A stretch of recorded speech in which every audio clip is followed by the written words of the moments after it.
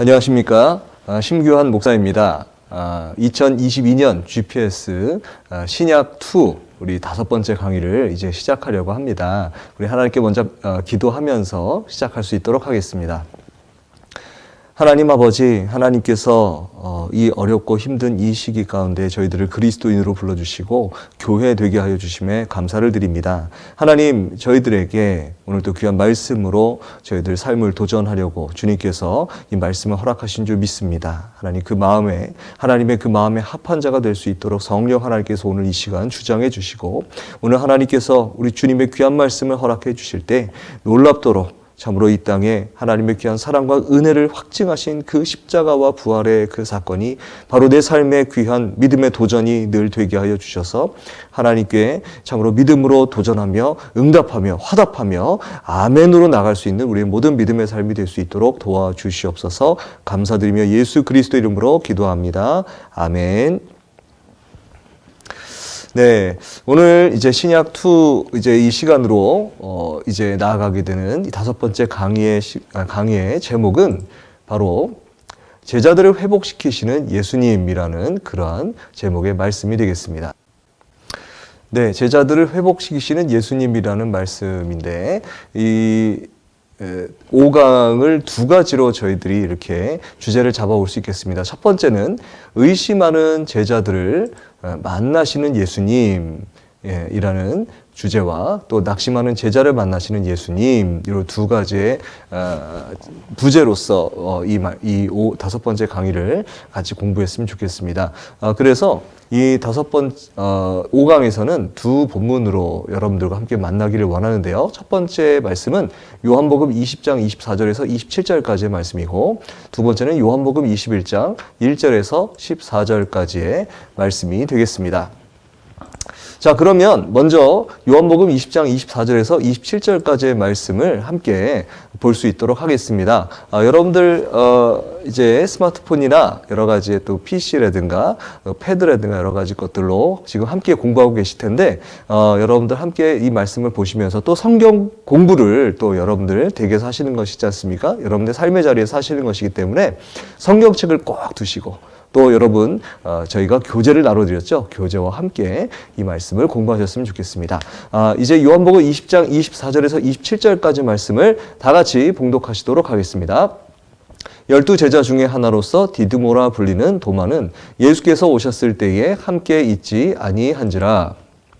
다른 제자들이 그에게 이르되 우리가 주를 보았노라 하니, 도마가 이르되 내가 그의 손에 못자국을 보며 내 손가락을 그 못자국에 넣으며 내 손을 그 옆구리에 넣어보지 않고는 믿지 아니하겠노라 하니라. 여드레를 지나서 제자들이 다시 집안에 있을 때에 도마도 함께 있고 문들이 닫혔는데 예수께서 오사 가운데 서서 이르시되 너희에게 평강이 있을지어다 하시고, 도마에게 이르시되 내 손가락을 이리 내밀어 내 손을 보고 내 손을 내밀어 내 옆구리에 넣어보라. 그리하여 믿음 없는 자가 되지 말고 믿는 자가 되라. 아멘. 이제 예수님께서 지금 이 사건은 여러분들 잘 아시겠지만 예수님께서 십자가의 고통을 당하시고 고난을 당하시고 그리고 이제 부활하셨습니다. 사흘 만에 부활하셨습니다. 여러분 아멘이시죠? 네, 이 십자가와 부활의 사건을 믿는 이 믿음이 바로 우리에게 있어서 우리의 구원을 확증하는 놀라운 열쇠가 되는 것이고, 바로 이 믿음을 통해 우리가 이 땅에서 다른 세상과는 구별된 믿음의 사람, 즉 우리로 인한 것이 아니라 예수님의 보배로운 귀한 십자가의 사역, 부활의 사역으로 말미암아서 이루어진 바로 그리스도인, 구별된 그런 하나님의 백성으로서의 삶을 살아가게 되는 원동력이 되는 사건을 우리는 경험했다라는 것이죠. 그 사건이 일어나고 바로 직후에 지금 일어난 일들을 우리는 계속해서 공부를 하고 있는 중에 있습니다. 그래서 지금 첫 번째로 이 부활을 맞이하는 사람들이 바로 누구였느냐라면, 예수님의 부활을 맞이했던 사람들이 누구냐면 바로 제자들입니다. 그 제자들이 이제 예수님을 만나게 되는데, 그 예수님을 만나는 그 제자들은 어떠했는가를 우리가 한번 볼 필요가 있다는 것이죠. 이 믿음을 갖기 위해서 여러분, 이 예수님을 만나기 위해서 우리가 필요한 것이 무엇인가라는 것, 이제 우리가 한번 생각해 볼 필요가 있는 것입니다. 물론 우리는 성경 공부를 여러 하면서 계속해서 예배도 드리고 그러면서 예수님을 믿는 믿음이 우리에게 구원의 굉장히 중요한 열쇠입니다. 믿음을 가지셔야만 합니다. 믿음을 받아야만 합니다. 라고 우리는 배워왔지만 그러나 이 믿음이 우리 안에서 작동하기 위해서, 이 믿음이 우리 안에서 막 생겨나기 위해서, 우리 믿음이 믿어지기 위해서 우리가 맞닥뜨리고 우리가 닥치게 될 일은 무엇인가? 그리고 그것을 또한 우리가 어떻게 이해하며 그 믿음으로 나아가게 될지에 대한 고민을 우리뿐만 아니라 사실 제자들도 했다라는 것이죠. 바로 그것을 우리가 만날 수 있어야 하는데요. 자, 이제 말씀을 읽어봤지 않습니까? 자, 이제 우리는 이 질문을 한번 던질 필요가 있습니다. 성경의 가르침 중에 가장 믿기 어려운 부분은 어떠한 부분이었겠습니까? 라는 것이죠. 또 두 번째로 제가 한번 또 드릴 질문은 무엇이냐면 주님과의 동행을 의심해 본 적은 없습니까? 이 두 가지의 질문을 한번 우리가 생각해 보면서 오늘 이 의심하는 제자를 만나신 예수님, 그리고 우리의 믿음을 회복하시는 예수님을 우리가 만나봤으면 좋겠습니다. 여러분, 한번 이 질문은 저희가 다시 한번 되뇌일 필요가 있겠습니다. 어떤 부분이 참 믿기가 어려우셨는지, 그리고 주님과의 동행을 의심해 본 적은 없는지 한번 생각해 볼 필요가 있는 것 같아요. 우리의 믿음의 삶을 살아가면서 아까도 말씀드렸지만 우리의 믿음이 발생하기 위해서 필요한 하나님이 우리를 위해서 준비한 사건도 있을 것이고 또한 우리가 쓰러지고 또 좌절했던 그때도 분명히 있었을 것이라는 것이죠. 그것이 언제였습니까? 어떠한 여러분들의 간증과 여러분들의 고백이 있으십니까? 저는 예전에 이 믿음을 갖기 위해서 저도 그 당시에는 그렇게 생각하지 못했는데 그런데 나중에 지나가 보니 바로 그러한 믿음을 위해서 우리 주님이 나를 위해서 행하신 놀라운 사건들이 분명히 있었습니다. 뭐 예를 들면 이제 고등학교 때에 친구들이 갑자기 저의 집에 들이닥쳐서 그 당시엔 제가 이제 교회를 잘 나가지 않았던 뜨문뜨문 나갔던 그런 저의 삶이었는데 그런데 갑자기 집에 들이닥치더니 저를 데리고 제 팔짱을 딱 끼고 교회를 가더라고요. 어디를 끌고 가나 했더니 교회를 끌고 가더라고요. 그 친구들과 지금도 아주 막역한 그런 관계를 맺고 참 그 친구들 덕분에 제가 이 목회자의 길로 또 가지 않았었는가 그렇게 생각을 해봅니다. 그러면서 이렇게 이 믿음을 사실은 참 갖기 어려웠던 그런 시기에 또 이제 우리 친구들을 통해서 또 타인을 통해서 제가 또 믿음을 갖게 되었던 것 그러면서 사실은 그렇습니다. 그 이전에 그렇게 많은 또 교회를 다니고 예배를 드렸지만 그러나 그 믿음, 제가 가지고 있었던 그 믿음을 왜 그렇게 갖지 못했었는가라는 것을 한번 생각해 봤었던 그런 기억이 있죠. 그런 것처럼 여러분도 한번 여러분들의 삶 속에 혹시라도 여러분 믿음을 갖기 전에 어떠한 상황이었는지, 어떠한 삶이었는지를 한번 뒤돌아보시고 또 그것을 위해서 주님이 하신 일은 무엇인가를 한번 오늘 뒤돌아볼 수 있는 시간이 됐으면 좋겠습니다. 그래서 히브리서 11장 1절, 오늘은 바로 이 히브리서 11장 1절의 말씀으로 귀결이 될 것 같습니다. 믿음은 바라는 것들의 실상이요 보이지 않는 것들의 증거니. 이 말씀 그렇습니다. 믿음은 바로 바라는 것들의 실상이죠. 그리고 보이지 않는 것들에 대한 증거, 바로 이것이 믿음이라는 것. 결국은 우리가 보고 믿는 것이냐, 그렇지 않고 보지 않더라도 바로 그 일이 존재했고 바로 그것을 통해서 내가 구원받았다는 것을 믿는 믿음인 것이냐, 그리고 그 믿음이 우리 주님이 보시기에 얼마나 더 귀한 믿음인 것인가를 깨닫는 것, 바로 그것이 오늘 강의의 목표가 될 것입니다. 자, 그러기 위해서 우리 제자, 아까 말씀드렸지만 믿음이 부족하고 의심한 제자, 그 제자는 바로 도마였죠. 도마는 어떠한 사람이었습니까? 도마는요, 바로 요한복음 11장 16절에 보면요, 도마는 이제 그 죽은 나사로가 이제 예수님 앞에 이 나사로가 죽었다라는 바로 그러한 소식과 함께 예수님께서 이 나사로를 만나러 가려고 할 때, 죽은 나사로를 향해서 갈 때에 도마가 자, 예수님과 함께 우리도 죽으러 가자라고 아주 용감하게 말했던 그런 제자였습니다. 또 요한복음 14장 5절에서는요, 바로 예수님께서 당신이 마지막 정말 그 겟세마네 동산으로 가시기 바로 직전 예수님과 제자들이 마지막 만찬을 하면서 예수님께서 설교하실 때 예수님께서 고난을 말씀하십니다. 순환을 예고하십니다. 그때에 예수님이 가시는 길을 제가 알지 못합니다라고 솔직하게 시인했던 그러한 제자였다는 것이죠. 이 두 사실을 이 도마가 이렇게 도마가 드러난 그 말씀의 본문을 보았을 때 도마는요, 사실은 예수님께 굉장히 충직한 사람이었다는 것을 알 수 있습니다. 그리고 용기도 있었고 담대한 사람이었어요. 그리고 또 예수님이 가시는 그 길에 대해서 잘 모릅니다, 잘 보이지 않습니다 라고 말할 정도로 솔직하게 담백하게 자신의 그 고통, 자신의 그러한 고민도 말할 수 있었던 솔직한 사람이었다는 것을 알 수가 있습니다.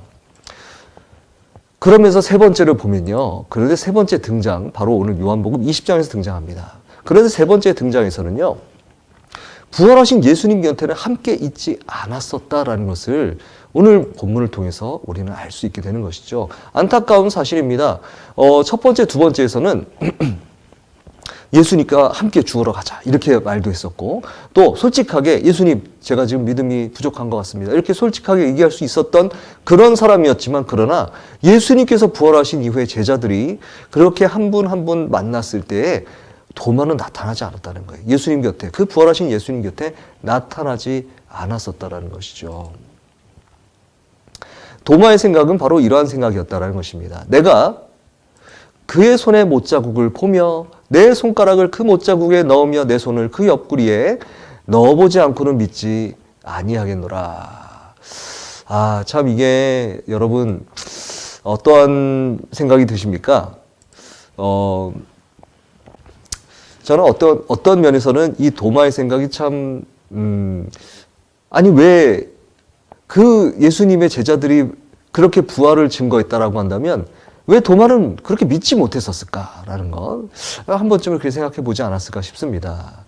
자, 그런데 이 도마의 생각이요, 이렇게 볼 수 있습니다. 도마는요, 예수님께 굉장히 헌신했던 사람이면서 동시에 자신의 의심에도 정직했던 사람이다라는 것을 우리는 알 수 있을 것입니다. 도마가 사실 이렇게 예수님의 부활의 소식을 들었음에도 불구하고, 사실 저 같았으면 그 안에서 예수님께서 정말 베드로, 당신이 예수님, 부활하신 예수님을 만났습니까? 라고 하면서 막 정말 어떻게 보면 정말 묻지도 않고 따지지도 않고 저는 달려들었을 수도 있겠다는 생각을 합니다. 그런데 도마는요, 그럼에도 불구하고 어떤 자세를 취하고 있냐면 정말 솔직해서 정말 이렇게 생각했던 것이죠. 내가 그의 손에 못자국을 보면서 내 손가락을 그 못자국에 넣어서 옆구리에 그 구멍 뚫린 바로 그곳에 내 손가락을 넣지 않으면 나는 예수님의 부활을 믿지 않겠다라고까지 그렇게 의심에 의심을 더했던 그러한 사람이었다는 것이죠. 그건 뭐냐면 정말 솔직한 믿음, 정말 솔직한 그 의심마저도 솔직했다라는 것입니다. 너무 솔직했다라는 것이죠. 정말 너무 솔직했어요. 자, 이것을 보면서 여러분 한번 이렇게 생각해 볼 필요가 있습니다. 여러분, 우리는 예수님의 부활을 혹시 의심하지는 않습니까? 그리고 그 이유는 무엇일까요? 자, 예수님의 부활을 우리가 의심할 수 있을까요? 없을까요? 네. 저도 예수님의 부활을 의심했던 때가 잘 기억이 나지는 않습니다. 그렇지만 의심했었던 것 같아요. 네, 그런 기억이 저도 있습니다. 의심하지 않을 수가 없지 않습니까? 예수님께서 다시 살아나셨다는 것, 사람이 다시 살아났다는 것에 대해서는 지금도 굉장한 이슈가 되는 그런 사건입니다. 그래서 이제 그 뉴스나 이런 데는 잘 나타나지 않지만 정말 어떻게 보면 정말 죽었다가 다시 환생한 사람들, 이런 얘기들이 나오면 굉장히 사람들이 귀를 기울이지 않습니까? 굉장히 특별한 일이기 때문입니다. 그런데 그럴 만큼 놀라운 일이 제자들 앞에 벌어졌다는 것이죠. 의심하지 않을 수가 없는 상황이라는 것입니다. 그런데 이 도마는 정말 솔직하게 자기가 의심했다라는 것, 의심하고 있다라는 것, 그것을 드러냈다라는 것이죠. 이에 대해서 죄송합니다. 빌립보서 4장 6절에서 7절 말씀을 보면요, 이렇게 말씀이 등장하고 있습니다. 아무것도 염려하지 말고 다만 모든 일에 기도와 간구로 너희 구할 것을 감사함으로 하나님께 아뢰라. 그리하면 모든 지각에 뛰어난 하나님의 평강이 그리스도 예수 안에서 너희 마음과 생각을 지키시리라. 아무것도 염려하지 말고 다만 모든 일에 기도와 간구로 너희 구할 것을 감사함으로 하나님께 아뢰라. 자, 이 말씀은요, 사실은 우리가 의심할 때 여러 가지 의심의 이유가 있겠지만 어떤 면에서 보면 정말 감정적으로 정말 어떤 면에서 정말 의심이 너무 지나쳐서 정말 염려가 너무 지나쳐서 이러면 어떡하지? 정말 이렇게 믿을 수 있나? 정말 이렇게 해도 되는 것인가? 라고 염려가 정말 많은 사람도 있지 않습니까? 저도 좀 그런 게 있습니다. 염려가 좀 많은 편입니다. 그런데 이렇게 염려함으로만 나간다고 한다면 믿음의 진보를 이룰 수가 없다라는 그런 말씀을 빌립보서에서는 하고 있는 것이죠. 자, 에베소서 5장 14절, 12절, 14절 말씀. 에베소서 5장 12절에 14절 말씀 보겠습니다. 그러나 책망을 받는 모든 것은 빛으로 말미암아 드러나나니 드러나는 것마다 빛이니라. 그러므로 이르시기를 잠자는 자여 깨어서 죽은 자들 가운데서 일어나라. 그리스도께서 너에게 비추이시리라 하셨느니라. 자, 이 말씀을 통해서 또 의심하는 것에 대해서 어떻게 의심하느냐. 정말 너무나 밝은 빛으로만 생각해서 어떤 것이 정확하게 드러나야지만 믿는 정말 그런 좀 지적인 의심들, 이러한 것들도 우리의 의심의 이유 중에 하나가 될 수 있다는 것을 말하는 것이죠. 그래서 그렇게 의심하는 것을 너희들은 주의하라라고 말하고 계십니다. 그런데요, 이 의심에 대해서 예수님께서는 어떻게 반응하시냐가 사실 우리가 좀 더 살펴봐야 되는 이유가 됩니다. 요한복음 20장 26절에서 27절 말씀을 보겠습니다. 여드레를 지나서 제자들이 다시 집안에 있을 때에 도마도 함께 있고 문들이 닫혔는데 예수께서 오사 가운데 서서 이르시되 너희에게 평강이 있을지어다 하시고 도마에게 이르시되 내 손가락을 이리 내밀어 내 손을 보고 내 손을 내밀어 내 옆구리에 넣어보라. 그리하여 믿음 없는 자가 되지 말고 믿는 자가 되라. 이렇게 말씀하십니다. 자, 예수님께서 이 도마에게 다가오시죠. 이 도마에게 다가오십니다. 이 도마에게 다가오시는데, 자, 이 상황이 이렇습니다. 그 도마와 함께 있었던 제자들도요, 예수님이 오실 줄 몰랐죠. 예수님이 두 번째로 오실 줄은 몰랐어요. 그 예수님이 부활하신 여드레가 지났을 때까지도 제자들이 도마와 함께 있었는데, 그 집안에 있었습니다. 그런데 문들이 닫혀 있었어요. 닫았어요. 닫혔는데 문들을 닫았습니다. 어떻게 닫았냐면 이 표현은 문을 안에서 다 걸어 잠근 거예요.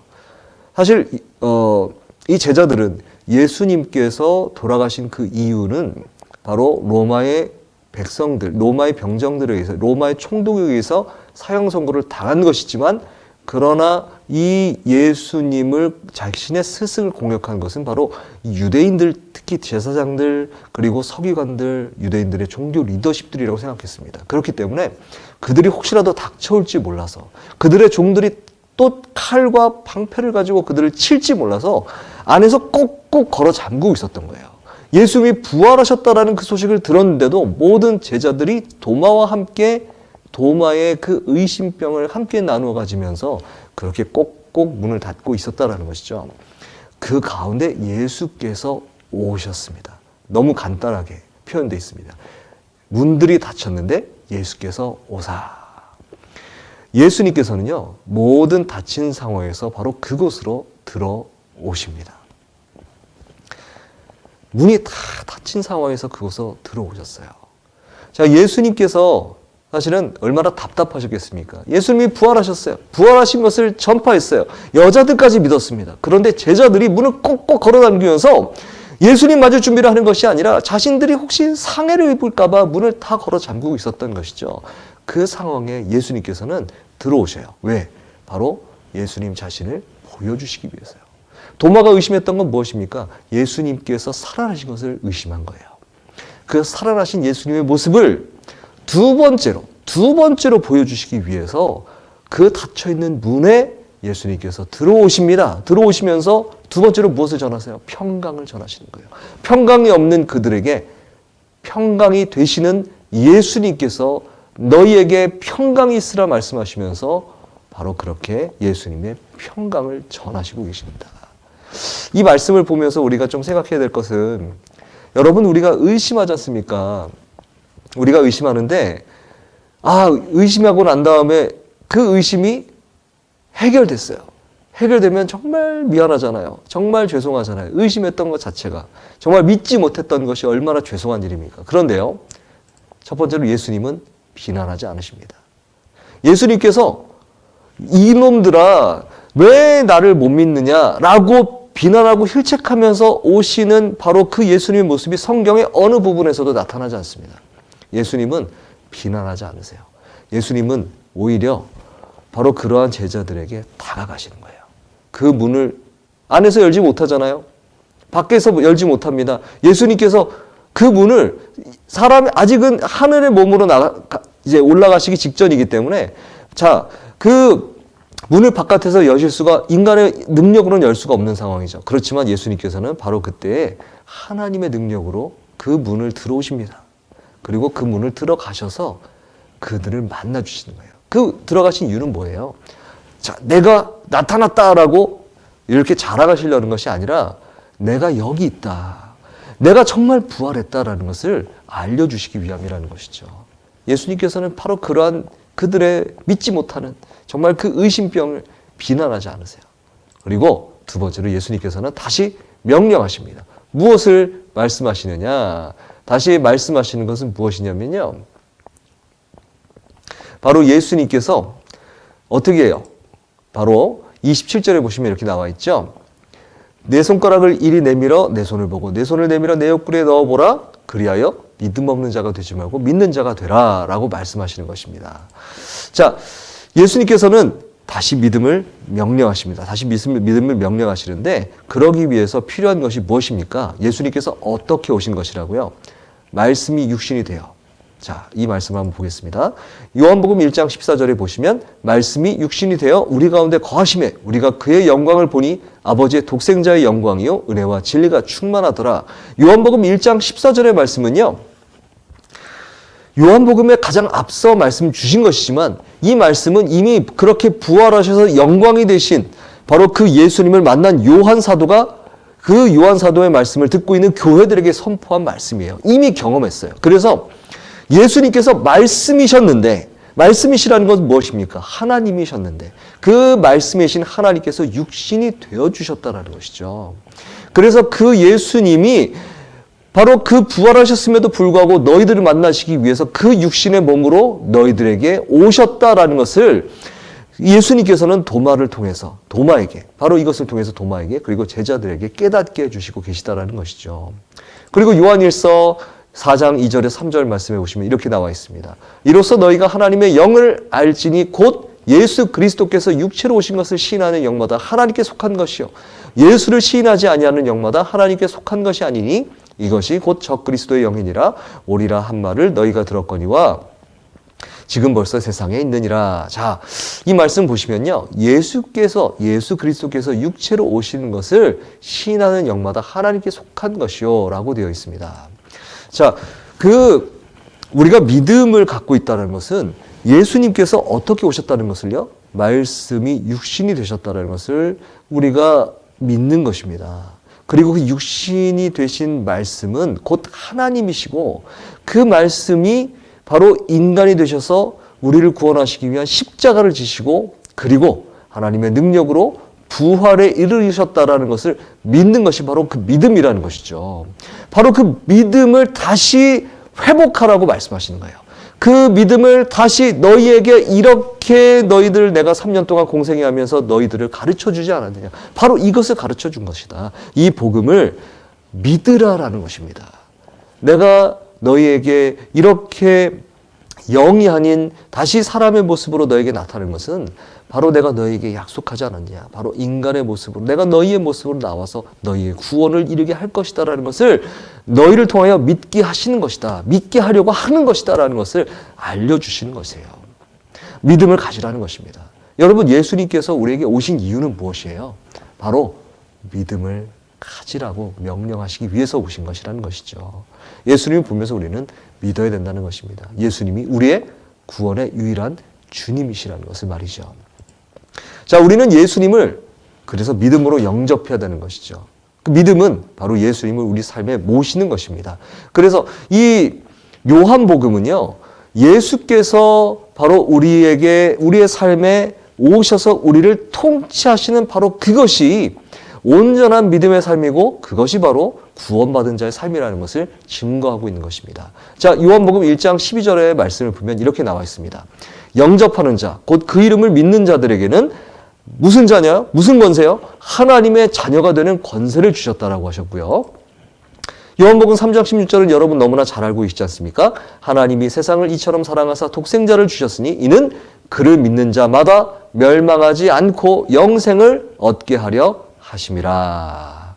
아멘이십니까? 자, 여러분 이 말씀을 보시면서 우리가 깨닫는 것은 우리가 정말 그렇게 말씀을 잘한다 우리가 정말 그렇게 알고 있지만 그러나 여러분 말씀을 잘 아는 것이 중요한 것이 아니고 그 말씀 속에 계시는 그 말씀 속에 살아계시는 그 예수님을 우리가 영접하는 것, 그 예수님과 우리가 함께 믿음의 삶을 살아가는 것, 바로 그것을 오늘도 성령께서는 우리의 삶 가운데 요구하고 계시다라는 것, 그 믿음을 가지라는 것. 그래서 예수님께서는 우리에게 의심이 들 수밖에 없어요. 우린 연약하기 때문에, 저희들은 부족하기 때문에 어느 순간 의심이 들지 않을 수가 없습니다. 여러분, 이 손가락에 조금만 티가 나도 우리는 아야! 그러면서 뭐라고 해요? 아, 예수님, 저 조금만 좀 조심할 수 있도록 도와주시지. 그러지 않으셨어요? 우리 그렇게 말할 수 있잖아요. 정말 조금만 우리가 힘들어도, 조금만 우리가 아파도 우리는 누구를 탓합니까? 우리는 또 주님을 탓하기도 하는 것이죠. 왜 저를 이렇게 아프게 하십니까? 이렇게 하면서 정말 그렇게 또 아쉬운 마음을 우리가 말하지 않습니까? 그런데 그럼에도 불구하고 예수님께서는 계속해서 이 도마에게 나타나시고 제자들에게 나타나신 것처럼 예수님은 우리가 믿음을 갖기 위한 예수님이 하실 수 있는 모든 일들을 다 감당하시고 다 책임지시고 우리에게 그렇게 믿음을 가질 수 있도록 예수님은 우리와 함께 하시고 계시다라는 것, 그것을 오늘 말씀을 통해서 깨달으셨으면 좋겠습니다. 도마의 신앙 고백을 하죠. 우리가 도마의 신앙 고백을 보면 이렇게 나와 있습니다. 요한복음 20장 28절에서 29절 말씀이에요. 함께 읽어봅시다. 도마가 대답하여 이르되 나의 주님이시여 나의 하나님이시니이다. 예수께서 이르시되 너는 나를 본고로 믿느냐? 보지 못하고 믿는 자들은 복되도다 하시니라.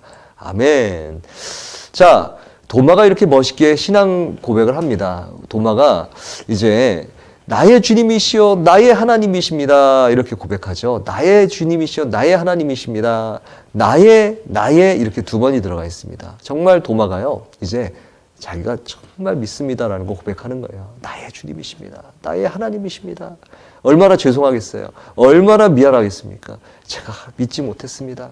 제가 정말 믿지 못했습니다. 정말 죄송합니다. 나의 주님이시여 나의 하나님이십니다. 이렇게 고백하는 것이죠.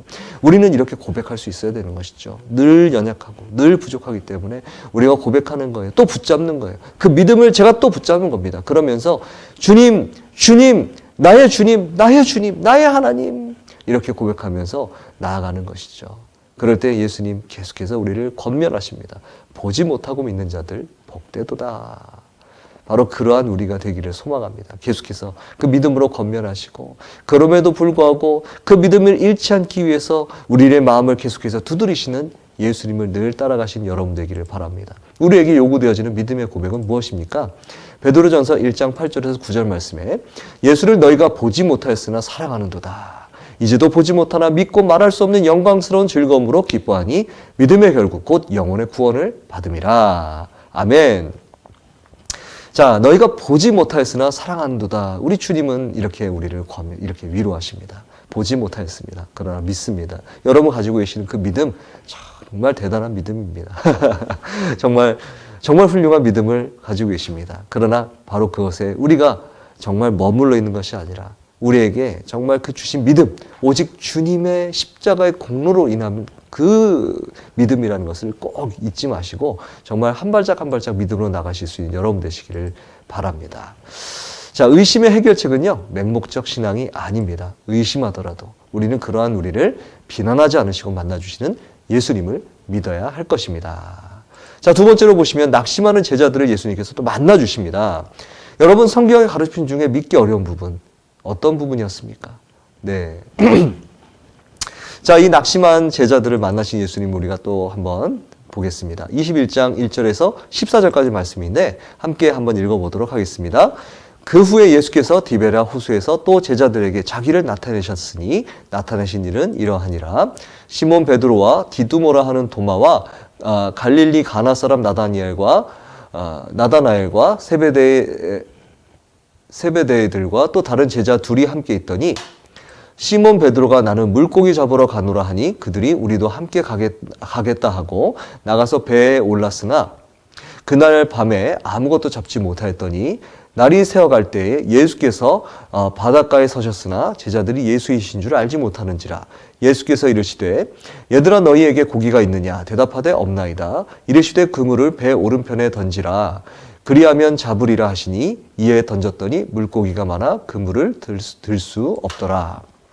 예수께서 사랑하시는 그 제자가 베드로에게 이르되 주님이시라 하니 시몬 베드로가 벗고 있다가 주님이라 하는 말을 듣고 겉옷을 두른 후에 바다로 뛰어내리더라.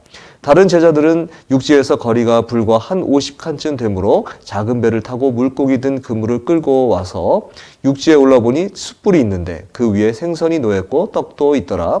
예수께서 이르시되 지금 잡은 생선을 좀 가져오라 하시니 시몬 베드로가 올라가서 그물을 육지에 끌어올리니 가득히 찬 큰 그물에 큰 물고기가 153마리라. 이같이 많으나 그물이 찢어지지 아니하였더라. 예수께서 이르시되 와서 조반을 먹으라 하니 제자들이 주님이신 줄 아는 고로 당신이 누구냐 감히 묻는 자가 없더라. 예수께서 가셔서 떡을 가져다가 그들에게 주시고 생선도 그와 같이 하시니라. 이것은 예수께서 죽은 자 가운데서 살아나신 후에 세 번째로 제자들에게 나타나신 것이라. 네, 예수님께서 이제 제자들에게 세 번째로 나타나셨어요. 나타나셨는데 바로 디베랴 호수에 나타나십니다. 호수에 나타나셔서 이제 그 제자들에게 자기를 드러내시는데, 여러분 디베랴 호수는 바로 갈릴리를 말하는 것입니다. 갈릴리 호수. 갈릴리는요, 이 베드로와 여러 제자들, 바로 이 갈릴리에 살았던 제자들의 생업의 터전이 있었던 바로 그곳이에요. 무엇을 했겠습니까? 어부였습니다. 물고기 낚는 것이 익숙했던 그 사람들이었죠. 왜 이곳에 나타났을까요? 왜 제자들이 이곳에 나타났을까요? 이곳에 나타난 이유, 바로 낙심했기 때문입니다. 그래서 3절에 보면 이렇게 나와 있습니다. 나는 물고기 잡으러 가노라. 그리고 4절에 보면요, 안타깝게도 예수님께서 나타나셔서 말씀까지 하시는데 예수이신 줄 알지 못하는지라. 그리고 12절에요, 예수님께서 말씀하십니다. 그런데 예수님이 말씀하심에도 불구하고 제자들은 당신이 누구냐 감히 묻는 자가 없더라. 물론 너무나 잘 알고 있어서 얘기하지 않았었을 수도 있습니다. 그러나 예전 같았으면 주님 하면서 정말 이렇게 가깝게 살갑게 그렇게 대했어야 될 그러한 제자들의 모습은 온데간데 없었던 것이죠. 베드로는, 그리고 제자들은 낙심이 컸던 것이죠. 낙심했던 것입니다. 예수님께서 부활하셨는데도 불구하고, 예수님께서 부활하셔서 정말 그 도마의 믿음까지도 확인하셨는데도 불구하고 이 제자들은 아직까지도 낙심했습니다.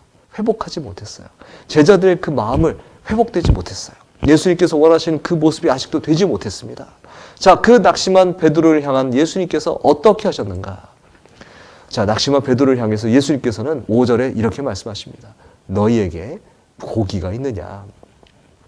6절에 보시면 그물을 배 오른편에 던져라. 그리하면 잡으리라. 이렇게 말씀하시죠. 예수님께서 나타나셨어요. 그래서 예수님께서 베드로와 이 제자들에게 말씀하시는 거예요.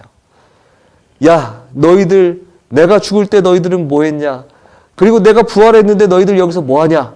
라고 지금 토로하고 계시는 게 아니에요. 물어보고 계시는 게 아닙니다. 너희에게 지금 고기가 있느냐? 내가 너희들 물고기 잡는 거 안다.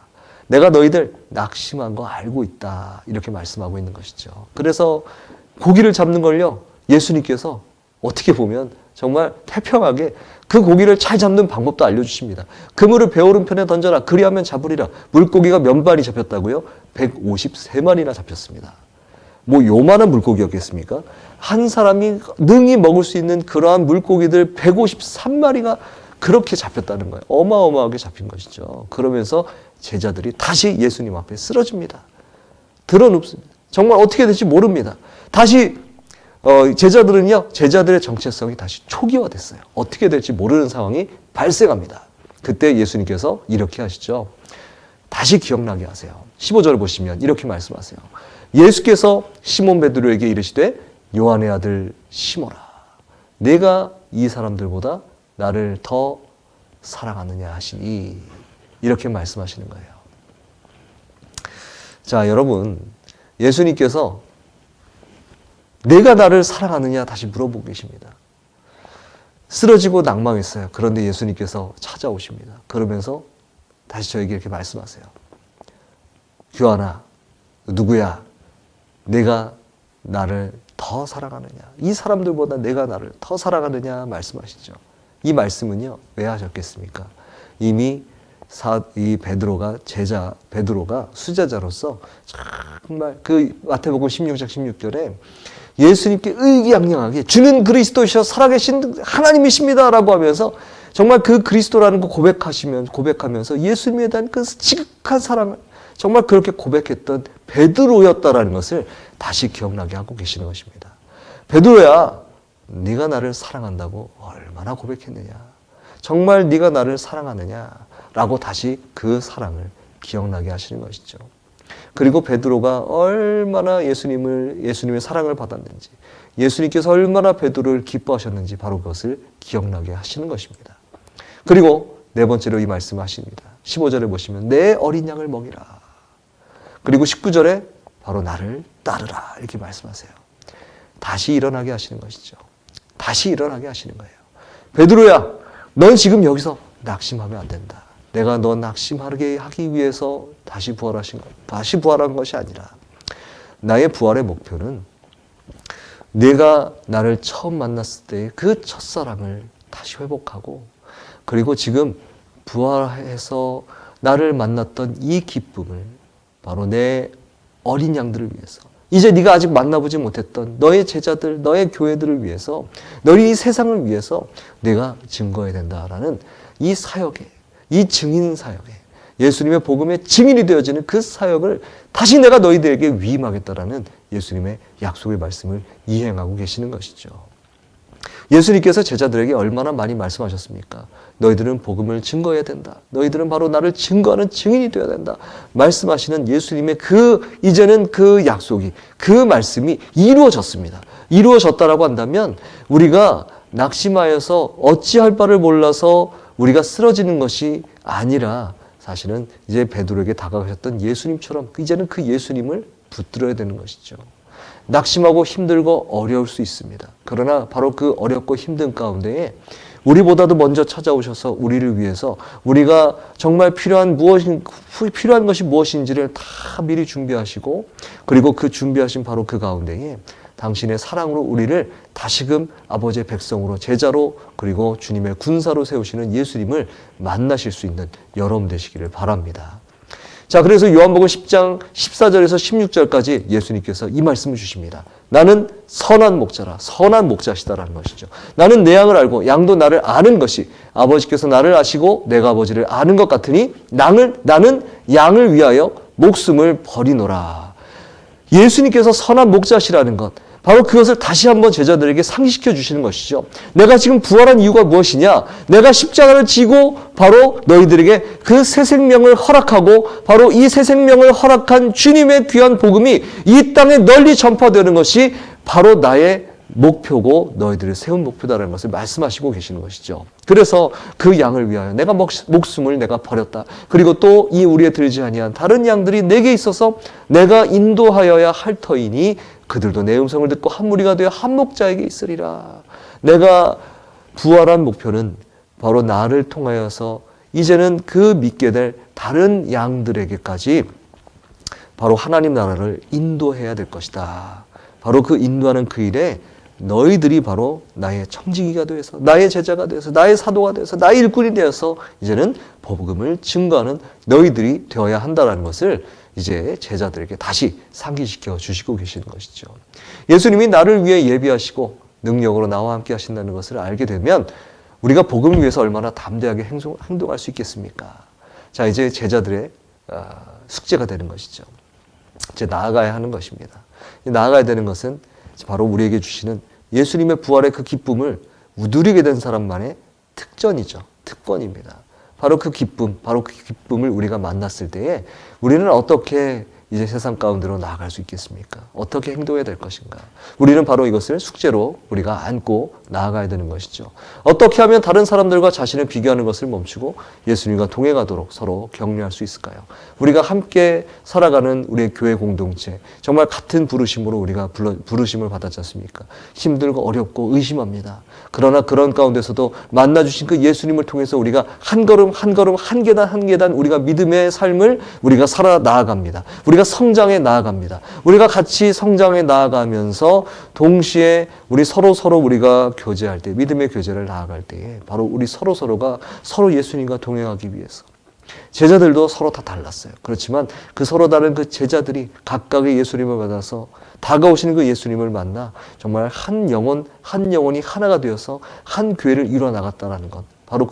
바로 그것을 우리가 기억하고 하나님 앞에 온전히 믿음으로 나갔던 것을 우리 서로 깨닫는 것. 바로 그것이 오늘 말씀에서 우리에게 주시는 하나님의 귀한 도전이 될 줄 믿습니다. 그리하여서 우리가 오늘 그럼에도 불구하고 제자들을 회복시키시고 교회를 회복시키시는 그 예수님을 우리가 믿음으로 서로 독려하면서 바로 그것을 깨닫고 하나님 앞에 영광을 돌리는 저희들의 귀한 삶이 될 수 있도록 기도하시는 여러분들 되시기를 주님의 이름으로 축원합니다.